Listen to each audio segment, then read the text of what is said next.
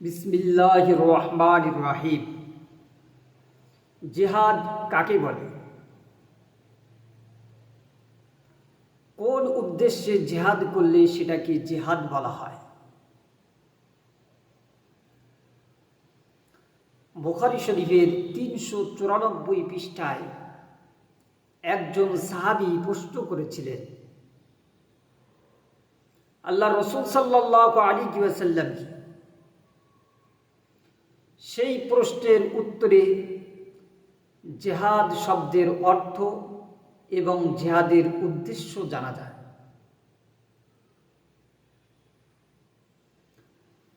বুখারী শরীফের ৩৯৪ পৃষ্ঠা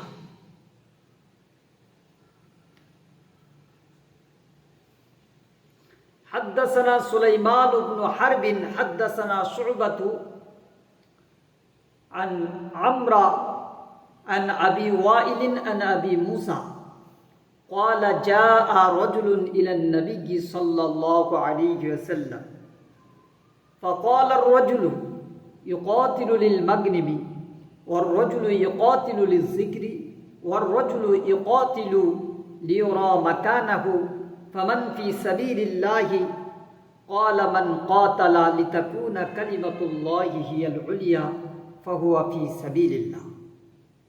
এক ব্যক্তি আল্লাহ রাসূল সাল্লাল্লাহু আলাইহি ওয়াসাল্লামের কাছে আসলেন এবং বললেন, ইয়া রাসূলুল্লাহ, একজন ব্যক্তি গনিমতের মাল হাসিল করার জন্য যুদ্ধ করেছে, আর একজন ব্যক্তি প্রসিদ্ধ লাভ করার জন্য, বিখ্যাত হওয়ার জন্য যুদ্ধ করেছে, আর একজন ব্যক্তি তাকে লোকে বীর বলবে এই উদ্দেশ্যে সে যুদ্ধ করেছে। প্রকৃতপক্ষে কে আল্লাহর রাস্তায় যুদ্ধ করলো? আল্লাহ রাসূল সাল্লাল্লাহু আলাইহি ওয়াসাল্লাম উত্তর দিলেন, ক্বালা মান ক্বাতালা লিতাকুনা কালিমাতুল্লাহি হিয়াল উলিয়া। আল্লাহ রাসূল সাল্লাল্লাহু আলাইহি ওয়াসাল্লাম বলেন, যে ব্যক্তি আল্লাহর কালিমা, আল্লাহর পরিচিতি বুলন্দ করার জন্য, আল্লাহর প্রশংসা বুলন্দ করার জন্য যে ব্যক্তি যুদ্ধ করল, সেই ব্যক্তি প্রকৃতপক্ষে জিহাদ করল। অর্থাৎ জানা যায়, যারা এই হাদিস দ্বারা জানা যায়, যারা বর্তমানে আল্লাহর পরিচিতি ঘটানোর জন্য দিনের মেহনত করছে, তারাই প্রকৃতপক্ষে জিহাদের আমলে সাবির। দেখা যায় যারা মক্তবে মেহনত করছে তাদের এই আমল জিহাদে সাবির।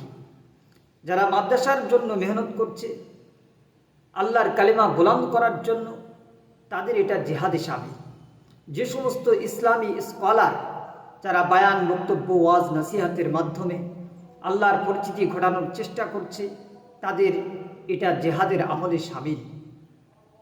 যারা দ্বীনে তাবলীগের কাজ করছে, তাদের এ আমল জিহাদের সঙ্গে সামিল। যারা আল্লাহর পরিচিতি ঘটানোর জন্য লেখার মাধ্যমে, কিতাব লেখার মাধ্যমে, ইসলামী কিতাব লেখার মাধ্যমে দ্বীনের প্রচার প্রসার ঘটাচ্ছে, আল্লাহর পরিচিতি ঘটানোর চেষ্টা করছে, তাদের এই আমল জিহাদের আমলের সঙ্গে সামিল। কোনো দেশ দখল করার উদ্দেশ্যে, মাল হাসিল করার উদ্দেশ্যে যে যুদ্ধ করা হয়, সেটা জিহাদের শামিল নয়।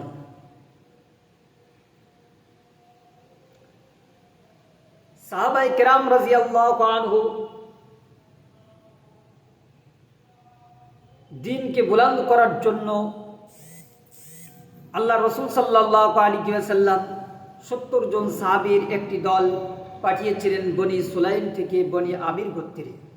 তারা সকলে শহীদ হয়েছিল। যখন তারা দ্বীনের দাওয়াত দিচ্ছিল, সেই সময় সেই সাহাবীর উপরে তীর বর্ষণ করে তাকে হত্যা করা হয়। একে একে ৭০ জন সাহাবীকে কতল করা হয়, তারা সকলে শহীদ হয়। তাদের এই শহীদ হওয়া আল্লাহর জিহাদে শামিল। আল্লাহ পাকের যে জিহাদের হুকুম, সেই জিহাদের হুকুমের মধ্যে শামিল হবে। বুখারী শরীফের ৩৯৪ পৃষ্ঠায় আল্লাহ রাসূল সাল্লাল্লাহু আলাইহি ওয়াসাল্লাম বলেন, আল্লাহর পথে যে বান্দার দুই পা ধুলায় মলিন হয়, তাকে জাহান্নামের আগুন স্পর্শ করবে এমন হয় না। হাদ্দাসানা ইসহাকুন হাদ্দাসানা মুহাম্মদ ইবনুল মুবারাকি হাদ্দাসানা ইবনু হামজাতা হাদ্দাসানি ইয়াজিদ ইবনু আবি মারইয়াম আখবারানি আবায়াত ইবনে রিফাআত ইবনে রাফি ইবনে খাদিজা আখবারানি আবু আফসিন ইসমুহু আব্দুর রহমান ইবনে জাবার আন্না রাসূলুল্লাহি সাল্লাল্লাহু আলাইহি ওয়াসাল্লাম ক্বালা মাগবাররাত কদমা আবদিন ফি সাবিলিল্লাহ, আল্লাহর রাস্তায় যে বান্দার দুই পা ধুলায় মলিন হলো, ফাতামাসসাহুন নারু, দোজখের আগুন তাকে স্পর্শ করবে এমন হয় না।